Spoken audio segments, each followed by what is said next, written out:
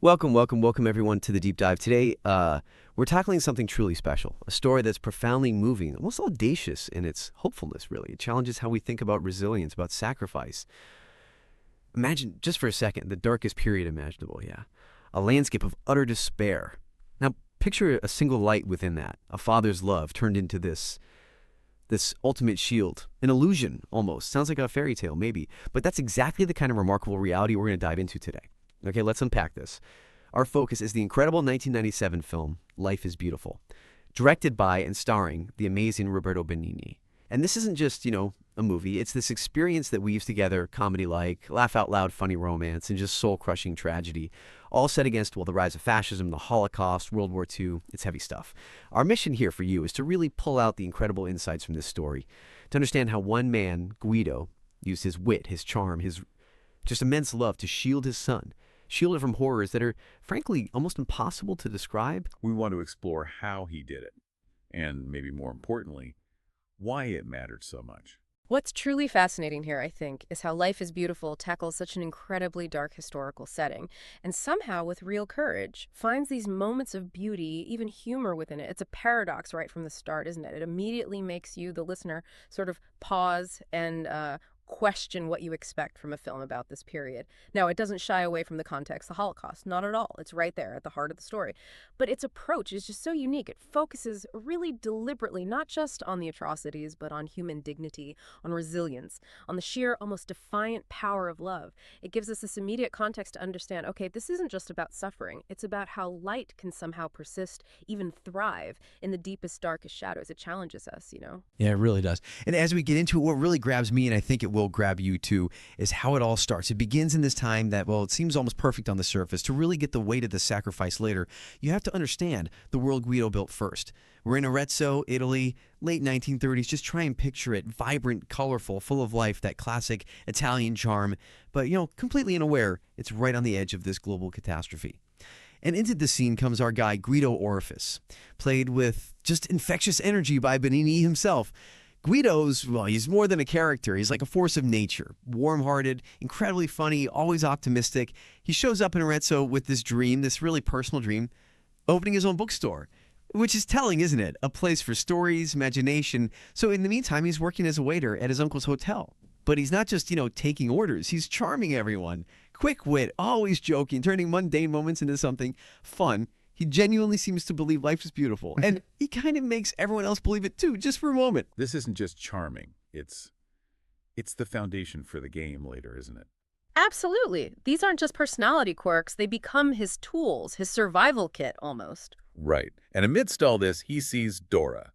Schoolteacher, beautiful, kind, love at first sight, classic Guido. But there's always a complication, right? She's from a wealthy non-Jewish family, and she's engaged. And not just to anyone, but to this pompous fascist official, Rodolfo, which ramps up the tension considerably. Oh, yeah. But Guido, he's not fazed, not one bit. He engineers these chance encounters. So charming, so clever, and always with that line, Buongiorno, Principessa. Good morning, princess. You can just hear it, can't you? The warmth, the playfulness. It's iconic for a reason. Totally. He uses these gestures, romantic, sometimes completely absurd, to win her over. He sweeps her off her feet, really. And the peak of this romance, just pure audacity. He literally kidnaps Dora from her own engagement party on a horse. It's such a cinematic moment. It perfectly captures his spirit, that fairy tale quality of their love. Exactly. So they get married. Their son, Giosuè, is born. And they settle into this simple, happy life. And Guido gets his dream. They open the bookstore. It's this beautiful picture of family, love, laughter. And this is where the film is so clever, so subtle. Even in this idyllic life, the darkness starts creeping in. Just little signs at first. Insidious. Yeah. Ominous signs like no Jews allowed on shops, little restrictions at school. It's anti-Semitism, but it's quiet, almost normalized. A stark contrast to the joy we've just seen. Right? It just builds this slow, creeping sense of dread. It prepares you, the audience, for what's coming without hitting you over the head with it yet. It's very effective foreshadowing. It doesn't sensationalize, but it lets you know the ground is shifting beneath them. And if we connect this to the bigger picture, that intentional contrast, that whole first act, it's absolutely foundational, establishing this deep well of love, of joy, this almost naive optimism. It's not just nice storytelling. It's crucial. It's what allows you, the audience, to really feel the weight of the sacrifice that comes later. Right. Without that happiness, the tragedy wouldn't hit as hard. Exactly. For you, the listener, understanding this foundation isn't just about enjoying the romance. It's about building the emotional stakes. It's what makes the later events so devastating, but also, paradoxically, what fuels the film's message of hope. And, Guido's qualities we see so clearly in that first half, the optimism, the wit, the charm, they aren't just character traits to make us like him. They are fundamentally his tools, skills he's almost unknowingly honed. Like he's been practicing for something without knowing it. Precisely. They're the essence of who he is, and they get repurposed, transformed for survival. His ability to improvise, to find humor, to reshape reality with words. These are the skills he perfected in peacetime Italy, and they become his most potent weapons against the despair of the camp. It's a powerful idea that ordinary qualities can become extraordinary tools for resilience. It really sets up the journey and why we feel so invested in him and his family. It prepares us for this transformation from jester to protector. So what happens to this idyllic life? The bookstore, the principessa, the happiness?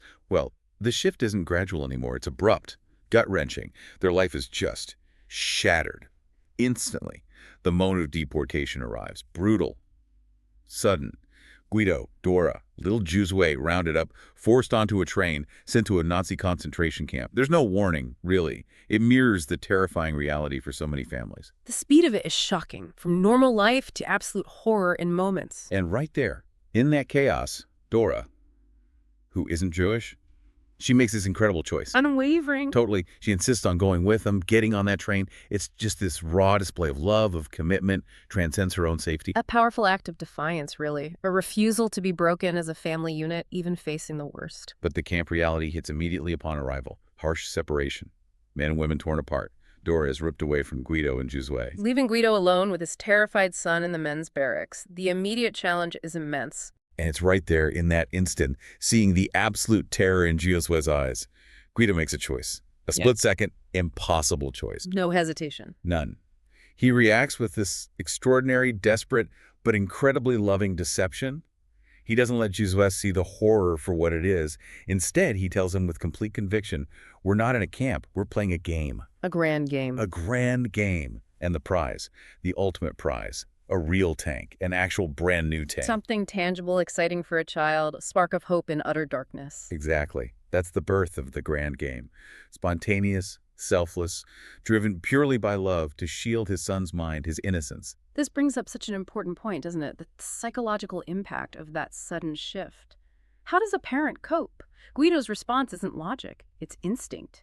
Pure, powerful paternal love driving this incredible quick thinking. Yeah, it's astonishing. And Dora's choice, too, her insistence on going. It underscores that theme of unwavering family love and sacrifice. It's not just Guido's story, it's theirs. A shared act of defiance. Right, and the power of creating this fictional frame, the game. It's a coping mechanism. Not just for Giosuè. For Guido, too. Absolutely. In a place designed to dehumanize, to strip away all agency, the game gives him purpose.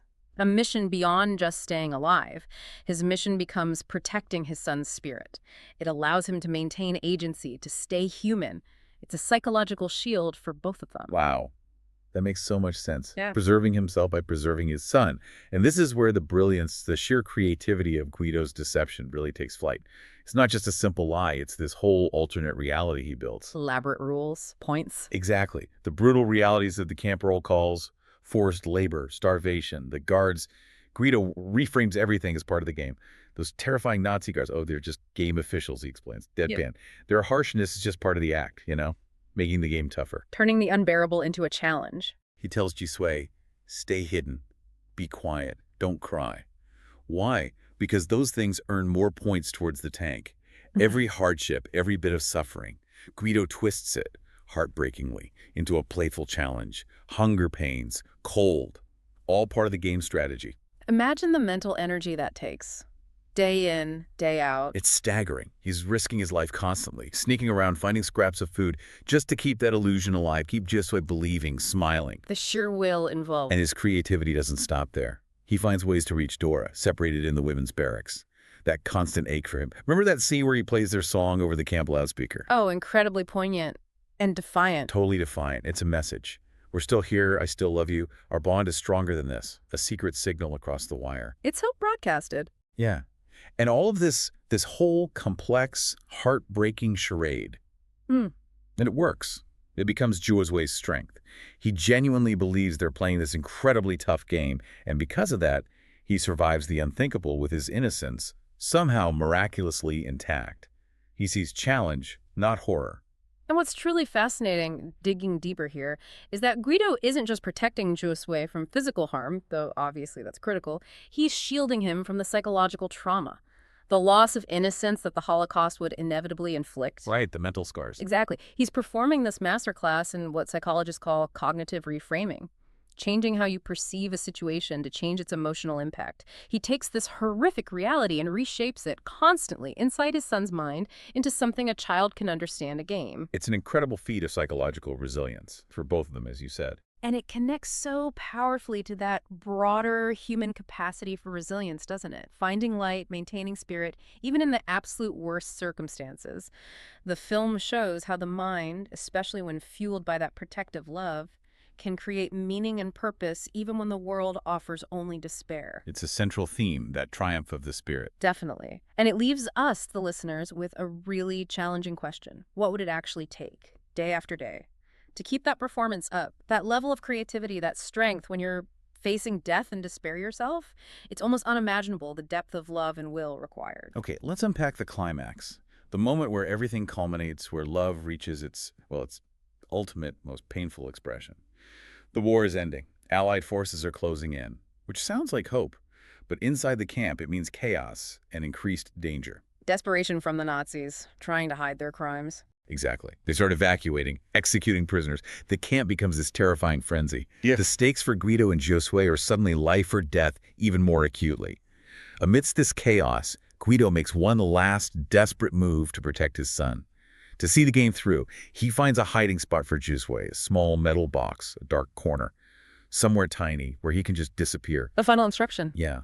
With immense tenderness, but also the weight of the game, he tells Giosuè, stay silent, absolutely silent. Don't move until it's completely quiet, until the game is over. Then you'll know you've won the tank.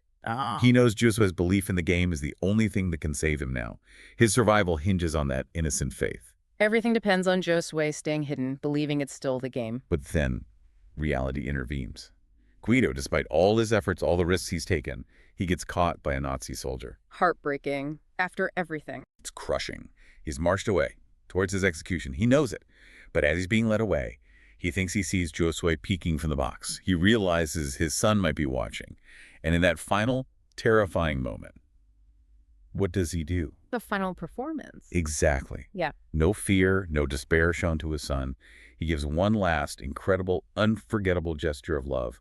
He walks past the hiding spot, and he marches, playfully, an exaggerated, almost comical goose step, a huge, unwavering smile on his face. Preserving the illusion. Keeping the game alive until the very last second. Sealing his son's innocence with his final act. Moments later, out of sight, Guido is executed. It's that mix of profound tragedy and just unparalleled selfless love, a final defiant act against the darkness. And connecting that to the bigger picture, Guido's final act is so profound because it's more than physical sacrifice. It's emotional, psychological. He doesn't just give his life, he orchestrates his death to shield his son from the horror of seeing him afraid or broken. Ensuring the last memory is one of play, not terror. Exactly. That final performance is the absolute culmination of the entire deception. It solidifies the win for Giosuè. Not just the game win, but the win of preserving his spirit. The final piece of the puzzle. The symbolic power there is immense, isn't it? It captures everything the film is about. Love, sacrifice, imagination as that shield against evil. It defines the film, showing how the human spirit, even facing death, can choose to leave a legacy of light, not fear. It's about the lengths a parent will go to protect their child's world. Absolutely. That final gesture says so much about the film's core message. Love as this incredibly powerful, creative force capable of bending reality itself to protect what's precious. So what does this all mean for Giosuè? What happens next? Well, the very next morning, the nightmare ends. American soldiers arrive. Liberation. Tanks rolling in, shouts of freedom, the end of the suffering. And Giosuè, still hidden in that box, just like his papa told him, he's found, he's safe, rescued. And then, that moment of pure cinematic magic, goosebumps every time. A real tank rolls into the compound. Just as Guido promised. The prize. Exactly. Not pretend, not a drawing. A huge, real American tank. The ultimate symbol of freedom, now the ultimate game prize. Yeah. Giosuè is lifted onto this amazing machine. He's smiling, looking around at the soldiers, the open gates, and he truly, utterly believes he's won. With this pure, innocent joy, completely unaware of the horror he just lived through, he shouts, "We won." He understands victory, the prize, not the trauma. Right. He sees confirmation of his father's story everywhere, Yeah. and then the reunion, Giosuè finds his mother, A Dora. powerful emotional moment, survival, connection, amidst the devastation. Yeah, a small but immeasurable triumph. And the film ends beautifully with the adult Giosuè's voiceover. Yeah. Looking back, understanding what happened, he says, with such love and gratitude, this was my father's sacrifice. This was his gift to me. Simple words, but they carry the weight of the entire film, the legacy of that incredible love. Which brings us to a really important question for you, the listener, to think about. What are the long-term effects of Guido's deception on Giosuè? That innocent belief maintained by his father's sacrifice. It allowed him to survive with his hope, his spirit, largely intact. He carried the memory of a game, not raw trauma. It's so bittersweet, isn't it? Victory, innocence preserved, but through such immense loss. Exactly. The gift wasn't just physical survival, which is miraculous enough. It was the preservation of his worldview, his ability to still find joy. The legacy of hope. Right. It allowed him to look back, not with bitterness, but with gratitude for that impossible gift. And the power of the ending is how it conveys the film's message without dwelling on the most graphic horrors. It focuses on the triumph of the spirit, the light that love casts. A different kind of Holocaust story, emphasizing creation, not just destruction. Okay, let's unpack the deeper meaning, the real legacy here. Because Life is Beautiful is more than just a story, right? It explores these universal themes. First, obviously, love and sacrifice. Guido's love for his family, especially Giosuè, drives everything. It's active, relentless, inventive, leading him to protect his son through hell, ultimately giving his own life. It's a conscious choice, made constantly, a defiance against victimhood. An active choice, absolutely. Then there's this incredible idea, imagination as a shield. The film powerfully suggests that innocence, creativity, imagination, they can be vital survival tools. The mind can build a fortress, a sanctuary, against external evil. Giosuè's mind, filled with the game, becomes kind of impervious to the horror. It's a testament to the mind's power to transcend its surroundings. And finally, perhaps the most discussed theme, hope in despair. Despite the setting, the Holocaust, the film chooses to focus on joy, resilience, humor, dignity. It doesn't ignore the tragedy, but it reframes it. It shows that even in the absolute worst circumstances, love, laughter, connection can persist. A light in the darkness. That focus on the light, not just the shadow, is what makes it so unique and emotionally resonant. It's survival of the soul, not just the body. It asks us to look for that spark, even when things seem hopeless. And what's fascinating is how the film weaves these themes together. That's why it stands out, sometimes controversially, among Holocaust films. It doesn't deny the horror, but its narrative lens emphasizes the human capacity for goodness, for light, for staying human when everything tries to strip that away. It asks us to see survival differently. Right. It makes you consider the power of perspective, how Guido reshaped reality through love and will. It speaks to protecting what's precious innocence, hope against overwhelming evil. A reminder that our internal world, our capacity for love and imagination, is still a potent force. Exactly. Sometimes the greatest rebellion is just maintaining your humanity, your joy, especially when it's forbidden. And that brings us toward the end of our deep dive into the unforgettable life. Life is Beautiful. We've journeyed from vibrant pre-war Italy to the darkness of the camps, guided by Guido's extraordinary spirit. This film, it's this masterful balance, isn't it? Humor and heartbreak, a testament to the human spirit, the light of love shining through. Our goal here was really to give you that shortcut, to help you get informed about this incredibly powerful, unique story, one that challenges you but also inspires. And this raises one last important question, maybe something for you, the listener, to really chew on. How does a film like Life is Beautiful challenge our usual ideas about tragedy, about Holocaust narratives? What does it suggest about our human ability not just to endure, but to create meaning, to protect innocence, even when facing pure evil? It really makes you think about the power of storytelling itself, doesn't it? How we can transform trauma into messages of hope, resilience, and the unforgettable power of love.